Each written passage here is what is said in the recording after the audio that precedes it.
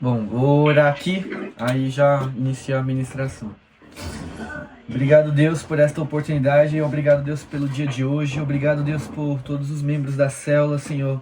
Cada qual, Senhor, nas suas atividades, no seu dia. Guarda a casa de cada um, Senhor. Guarda suas famílias, seus trabalhos, Senhor. Abre portas, Deus, para quem estiver precisando, Senhor. Traz a cura, Deus, para aqueles que estiverem precisando, Senhor. Uma palavra de renovo, de consolo. Tu és o Deus que és fiel, ainda que nós não sejamos fiéis, Senhor. Fala conosco no dia de hoje, que a palavra seja como uma semente plantada no coração, que venha dar frutos de 30, 60 ou 100 por um. Usa, Deus, a minha vida, Deus, como instrumento em tuas mãos, Senhor. Só que, Deus, para honrar o teu nome, Senhor. Para isso e nada mais. Guarda, Deus, a vida do Gabriel, Senhor, sua casa, sua família, sua esposa, Senhor, em nome de Jesus, Senhor. Guarda, Deus, o seu trabalho. Prospera, Deus, ao fruto do seu trabalho, Senhor, suas mãos, Senhor. Que ele venha, Deus, crescer em graça e em sabedoria, Pai. Em nome de Jesus. Amém. Bom, o tema da célula de hoje é sinais milagrosos. A gente vai ler João 20, do 30 ao 31.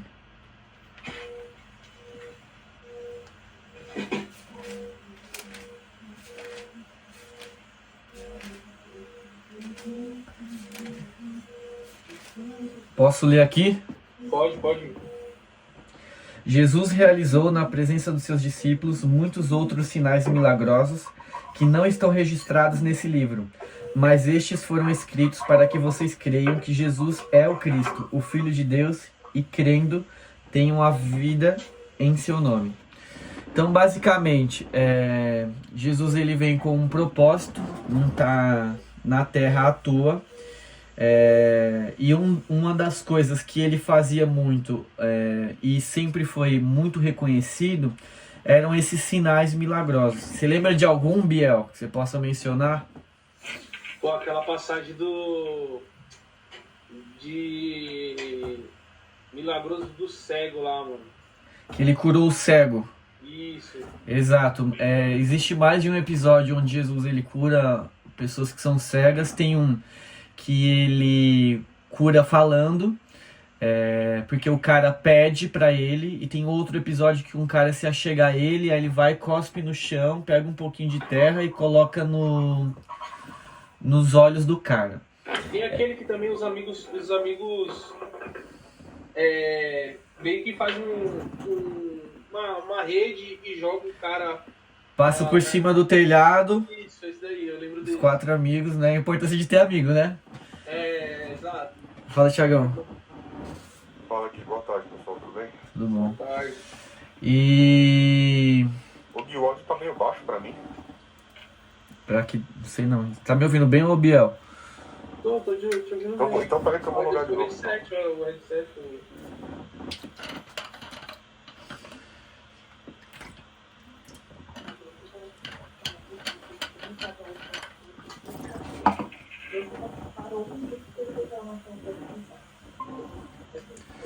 E agora, tá melhor? Pra mim tá de boa. Pra mim melhorou um pouco, mano, mas vamos aí.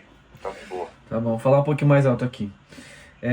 A gente leu o Thiagão aqui, vou ler de novo aqui rapidão, que eu acabei de começar também. João 20, do 30 ao 31. Que diz assim: Jesus realizou na presença dos seus discípulos muitos outros sinais milagrosos que não estão registrados neste livro. Mas estes foram escritos para que vocês creiam que Jesus é o Cristo, o Filho de Deus, e, crendo, tenham a vida em seu nome.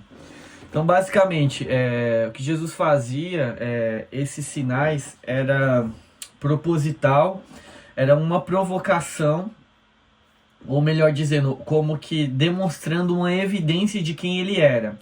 Aí o que acontece? Uma das coisas que a Bíblia demonstra é que Jesus ele era 100% homem e 100% Deus. Por quê? Para tentar, de alguma forma, compartilhar da natureza divina, para demonstrar a sua natureza divina, mas também para demonstrar um estilo de vida que ele quer que a gente viva. Então, por exemplo, esses milagres, ele não realiza por si só como um super-herói, né? A dependência de Deus na pessoa de Jesus era realizada por intermédio do Espírito Santo. Você vê que a narrativa bíblica ela se repete nos evangelhos. Então, Jesus ele vai, se batiza, desce o Espírito Santo sobre ele. Na ocasião do batismo com Jesus, o Espírito Santo é representado ali como uma pomba, então é um sinal visível. E a partir dali, né, aos 30 anos, que ele começa a realizar o que a gente chama de ministério público, que é ministério no sentido das realizações dele, e público por quê? Porque ele passou 30 anos e não havia registros, né? Então só tem um registro da infância, um episódio na adolescência, e depois já pula direto para mais ou menos 30 anos. E esses registros eles vêm para endossar a característica, a divindade de Jesus. E ali, o que é importante vincular, entender o papel de Jesus, né? Ele vem também como homem no sentido de ser um ser humano. E aí, ele ensina através do exemplo. Um exemplo que a gente tem, então, Jesus conseguia fazer isso por conta que ele estava na dependência de Deus, então ele se sujeitava à autoridade divina. E aí a gente vê um exemplo na Bíblia, e aí é um dos famosos também, onde um ser humano, né, o primeiro ser humano criado, decide viver na independência e não na dependência, que é Adão. O que Adão diz, né? Ele, em relação ao comportamento, não à fala, né? Ele disse assim para Deus, indiretamente, né? Que Deus colocou ali algumas normas e ele falou, não, ok, obrigado, você me criou a sua imagem, a semelhança. Isso é uma paráfrase, né? Ele não disse isso. Você me criou a sua imagem e a sua semelhança. Você me deu o universo para cuidar. Daqui para frente eu que resolvo. Não preciso da sua ajuda e da sua interferência. Deixa comigo. Eu cuido de tudo. Do meu jeito, da minha forma. E eu sou suficiente sábio e capaz de cuidar de tudo. Esse foi o engano do ser humano, né? A partir de Adão. Porque Deus havia dito a Adão que no dia em que você... Isso é uma paráfrase também, né? Não está escrito assim no texto. No dia em que você pretender ocupar o meu lugar ou acreditar que pode ser igual a mim, nesse dia você vai morrer. E aí é curioso, né? Que Adão de fato não morre, mas a morte que Deus falava ali era a morte espiritual, né? Então a desconexão entre ele e Deus, né? Que tinha ali um relacionamento pessoal, onde Deus vinha todos os dias para ter comunhão com o ser humano, né? Ali representado na pessoa de Adão e Eva. E é uma curiosidade, não sei se vocês sabem, que a palavra religião, ela vem do latim religare, que é justamente essa tentativa do homem de se religar a Deus, né? E uma das coisas assim que se fala dentro do meio cristão é que, em que pese o IBGE nos coloca como uma religião, né? Vamos chamar de a religião evangélica ou até a católica e tantas outras variantes que existem, Jesus de fato ele não fundou uma religião, né? Ele deixou os ensinos, falou para que aquilo servia, mas justamente para devolver a conexão ou a ligação que o ser humano tinha antes com Deus, que era incapaz de ser reconstruída de outras formas. E a gente vê isso ao longo de toda a Bíblia, né? Então, o quanto Deus, entre aspas, né, se esforçava para ter de volta o relacionamento com o homem, e o ser humano, de todas as formas que podia, achando jeitos de transgredir cada vez mais a lei de Deus e se afastar e buscar essa independência que começou em Adão. Vejam só, não é algo que é hoje, não tem a ver só com o Brasil ou essencialmente com o povo judeu, assim, é uma coisa que é inerente à nossa natureza pecaminosa querer o afastamento de Deus. Então, estar aqui na célula de hoje, pra gente já é uma vitória, né? Já é um sinal da nossa tentativa de se conectar e de avançar em direção a Deus, né? Não só esperar que Deus dê um passo em nossa direção. Nós também respondendo dando esse passo em direção a Ele. O que acontece através de Adão é o que a gente chama de pecado original. Então é o pecado que decorre basicamente todas as catástrofes do mundo. Então todos os pecados que se originaram depois, eles vêm necessariamente do pecado de Adão. Por quê? Porque se houve uma quebra de um princípio ali, que não foi ainda consertado. Deus resolveu assim de forma definitiva através da morte de Jesus na cruz, mas a manifestação do reino de Deus por completo, ela só vai vir na segunda vinda de Cristo.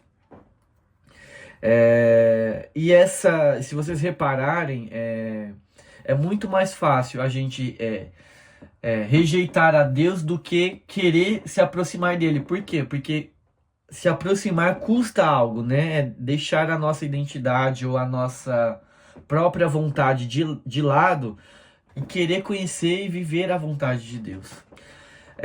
E aí, Adão, ele pula fora de Deus em direção ao nada, né? Não tinha um depois.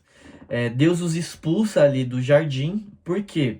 Porque ali no jardim, não só tinha a árvore do conhecimento do bem e do mal, e notem, não era a árvore do conhecimento em si, era o conhecimento do mal, que existia um mal em potencial, então não existia o mal ainda, né? Mas a partir da escolha do ser humano, né, em desobedecer a Deus, o mal ele passa a existir. E ali no jardim também tinha a árvore da vida. Então eu imagino, a Bíblia não dá muito mais detalhes de como era essa árvore, fala só que era a árvore da vida.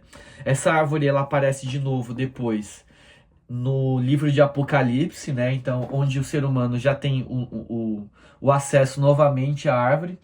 Mas qual foi o racional de Deus que a Bíblia relata lá em Gênesis por expulsar o ser humano do jardim e principalmente para proteger a árvore da vida? Por quê? Porque a árvore da vida, enquanto eles se alimentavam daquilo, eles continuavam como seres eternos, né? Então era uma árvore que permitia eles compartilharem da mesma eternidade de Deus. E aí o que Deus fala, olha, se o homem, o ser humano, né, tá em pecado e de repente ele come da árvore da vida, então ele vai viver para sempre em pecado. Então Deus afasta o ser humano daquilo. E aí desde já a Gênesis, Deus já tinha um plano perfeito, né? Então Deus não perdeu o controle da situação, não se desesperou com isso, né? Já tinha a medida, né, que era a cruz de Cristo para consertar ou para fazer essa ponte de volta do ser humano com Deus. E aí nós continuamos a imagem e a semelhança de Deus, né? E o que é curioso na narrativa bíblica é o quê? É que Deus sendo Deus, agora ele se torna semelhante ao homem. Então é essa parte da natureza humana em que Jesus ele não era, e ele se passa a ser. Então Jesus ele sempre foi Deus no sentido da eternidade, de ser um ser que não tinha um corpo físico, vamos dizer assim, e se torna um homem. Uma frase de um pregador famoso que eu não me lembro agora quem, depois eu vou procurar e posso mandar a citação ali no grupo. Ele fala assim, né? Então, expressa o caráter de Cristo e o plano de Deus. A gente vive num mundo onde meninos querem ser homens, homens querem ser reis, reis querem ser deuses, mas um Deus se tornou menino, que no caso é Cristo, né? Não é muito errada a imagem que a Igreja Católica ela representa Jesus como um menino, né, como o tal do menino Jesus, mas Jesus ele cresceu e se tornou um homem, né? Então nós não invocamos ele enquanto menino, né, sem uma sabedoria, sem uma experiência, não. Ele viveu a plenitude da vida e da experiência humana. E é louco também, se vocês pararem para pensar, que durante um período, um extrato de tempo, assim, a eternidade ela é algo difícil para a gente compreender, porque nós nascemos, né? Nós no tempo passamos a existir. Deus não, Deus sempre existiu e criou o tempo. E aí Jesus, naquele pequeno extrato de tempo, na parte humana, ele abdicou da própria divindade para compartilhar das nossas dores, né? E dos prazeres também da vida humana. Então, é curioso assim pensar que eventualmente tenha não ido à escola num caráter tradicional como é hoje, né? Mas aprendido a falar, aprendido a andar, aprendido a comer, a se comportar, aí em eventos e tal.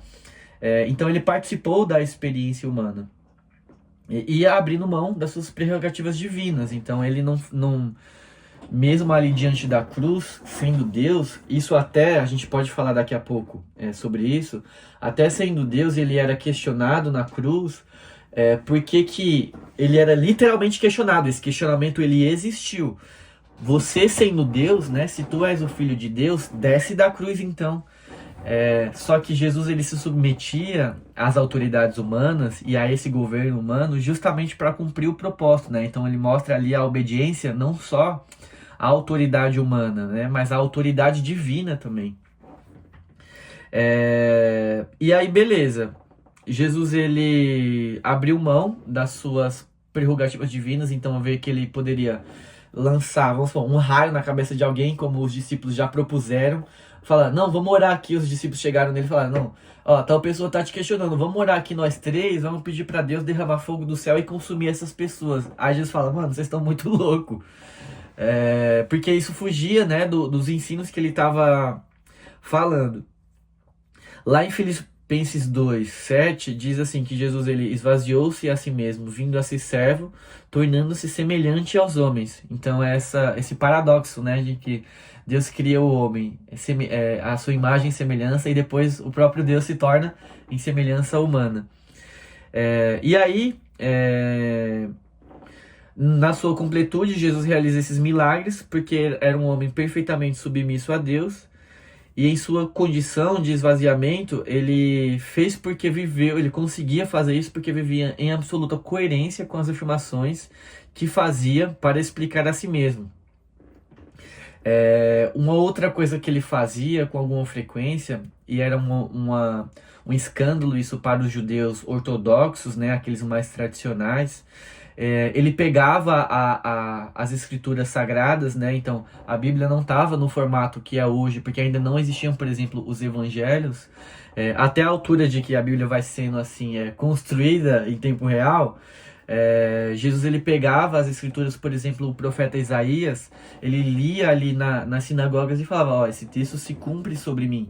Um desses textos, né, um desses episódios está relatado ali em Lucas 4:18, que ele diz assim, o Espírito do Senhor está sobre mim, porque ele me ungiu. Então a palavra Messias, ou Machia em hebraico, ou ungido, ou Cristo, tudo é a mesma coisa, que significa de fato ungido, né? Então, tipo, o selo do Espírito Santo sobre a vida dele.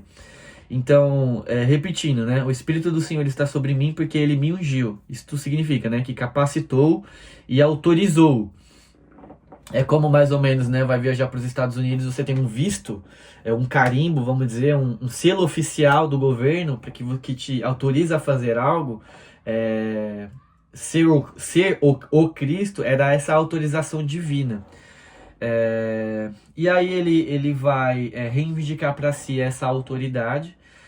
Um outro texto também que endossa isso, outros dois textos, por exemplo, estão lá em João 5, um no versículo 19, outro no 36, que diz, o 19, eu lhes digo verdadeiramente que o Filho, né, então referindo a si mesmo, eu lhes digo verdadeiramente que o Filho não pode fazer nada de si mesmo, só pode fazer o que vê o Pai fazer, porque o Pai faz, porque o que o Pai faz, o Filho também faz.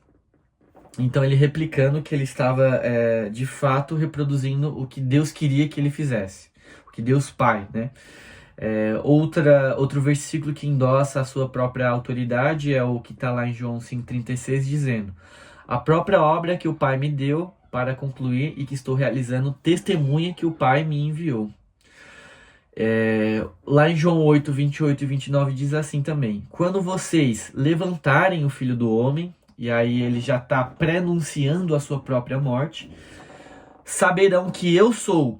Então lá, quando isso aqui para o judeu é um escândalo e é até hoje, então uma das rejeições para os judeus da pessoa de Jesus, inclusive esse trecho aqui, já vou explicar para vocês, é um dos que causaram a crucificação de Jesus, porque ele passou, não sei se vocês sabem disso, por 6 tribunais, isso é muito interessante, né? E não questionou nenhum deles e foi injustamente condenado em todos. Então ele conseguiu gabaritar todas as injustiças humanas possíveis. No tribunal dos judeus, que um dos sacerdotes era o Anás, antes disso veio o tribunal de Caifás, Ele é levado para esse tribunal porque ele usa uma expressão em hebraico chamada eu sou. Deus, na Bíblia, não sei se vocês sabiam disso também, ele não tem um nome. Deus não é o nome de Deus. Deus é quem ele é. E aí, para falar de si mesmo, para se apresentar, por exemplo, lá no Êxodo, lá muitos anos atrás, lá quando o povo de Israel estava exilado no Egito, Deus usa uma nomenclatura que para o judeu é a mais forte, uma das mais fortes, que é eu sou. E aí Jesus usa essa mesma terminologia em João 8, reivindicando para si a autoridade. Então ele fala, eu sou. E aí, lá voltando para o Antigo Testamento, Moisés pergunta, como assim você é? Aí Deus fala assim, eu sou o que sou. Então ele não se justifica falando, mano, eu sou eu. É meio que isso que ele está falando. Então, ele não fala, eu sou Deus, eu sou eu. Então é assim que ele se apresenta ao ser humano. E Jesus usa essa mesma expressão em João 8:28, quando ele diz, quando vocês levantarem o Filho do Homem, saberão que eu sou e que nada faço de mim mesmo, mas falo exatamente o que o Pai me ensinou. Aquele que me enviou está comigo, ele não me deixou sozinho, pois sempre faço o que lhe agrada. Então os milagres, eles, além assim, de Jesus reivindicar a autoridade falando, falar, ó, essa palavra ela se cumpre em mim, ele demonstrava através desses sinais, que foge da natureza e da compreensão humana.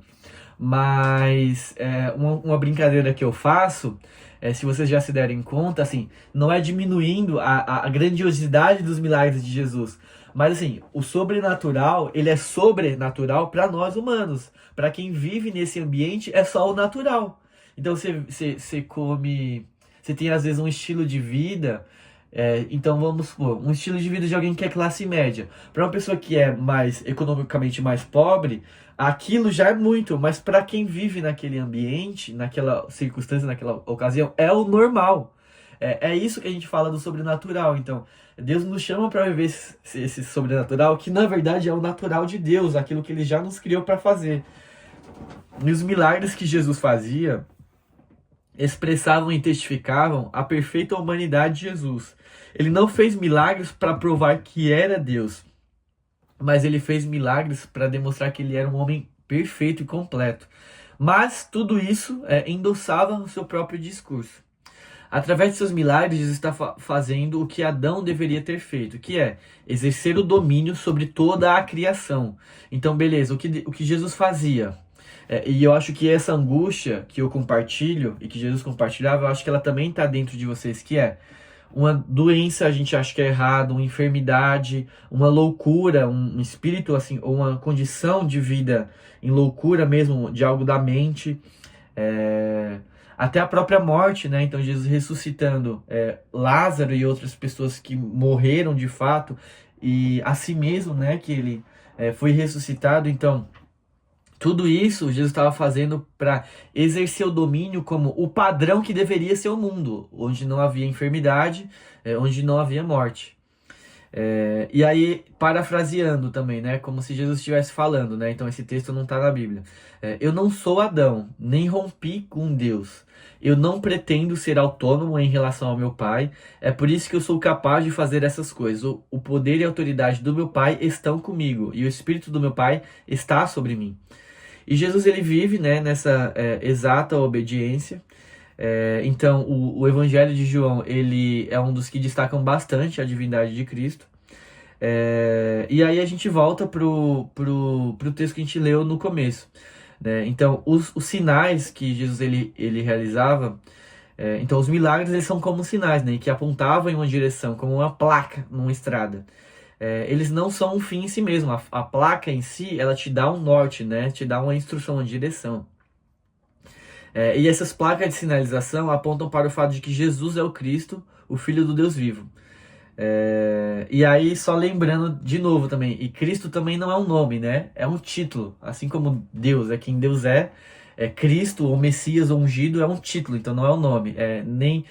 Beleza, popularmente ali 2000 anos atrás, o sobrenome era ou o seu nome do seu pai, conhecido como o nome do seu pai, que é o sobrenome da sua família, ou o lugar que você vinha. Então, Jesus de Nazaré, né? Então ele, apesar de nascer em Belém, né, viveu em Nazaré, uma parte da vida. Então, Jesus de Nazaré, por ser o lugar, então Jesus de Nazaré também não é o nome dele.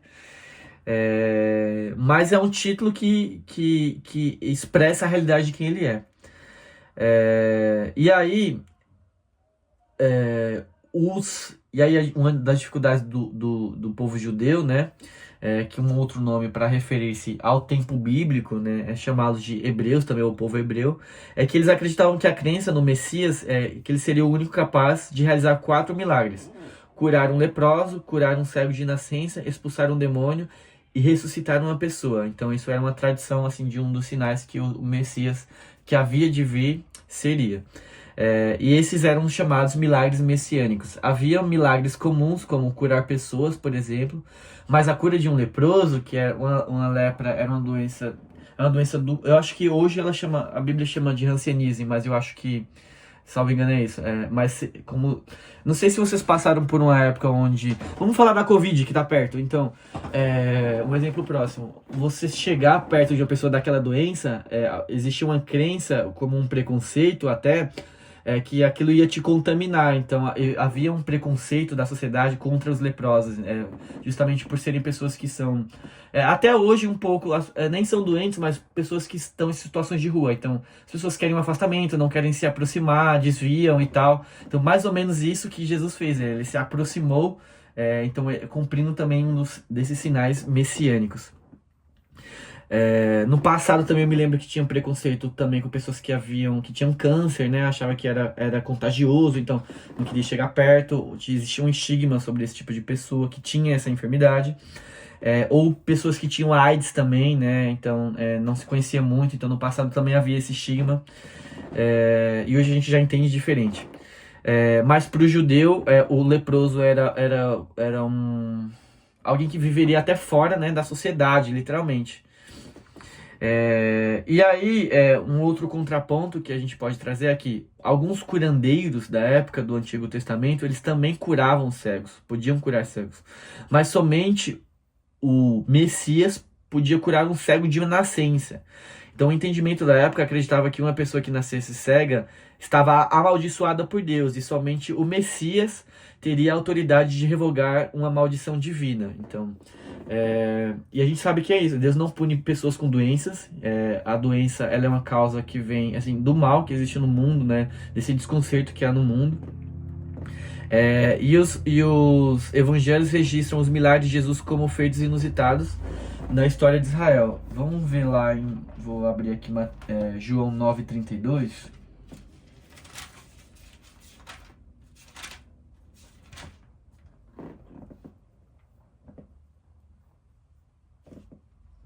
Diz assim: mas Jesus lhe disse, porque assim, mais de uma vez, só dando um contexto da passagem, né, pra gente não ler o capítulo todo. Jesus, ele era muito questionado sobre o que ele fazia, porque ele acabava causando, não era um propósito, mas isso era um efeito de quem ele era, causava um transtorno ali na autoridade, das autoridades religiosas da época.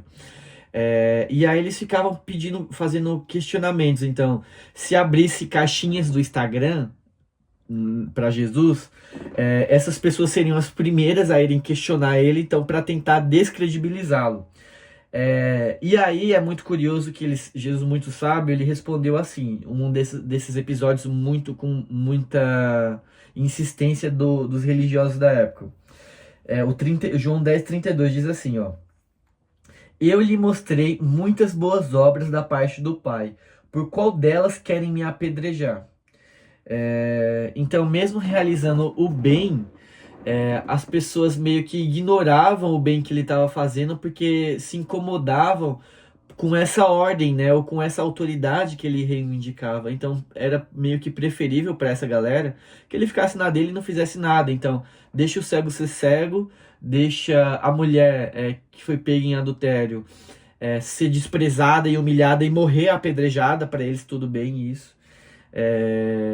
E outros não queria que os milagres fossem realizados.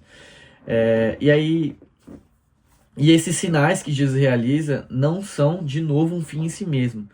Eles não são o exercício do poder de Deus para o conforto humano. Então, eles não vêm para deixar a nossa vida melhor, né? Nós não reivindicamos a Deus como a realização de milagres como para deixar a nossa vida melhor, não. Eles são sinais que apontam a realidade, apontam para o fato de que Jesus é um homem perfeito e que aponta que ele é o Messias.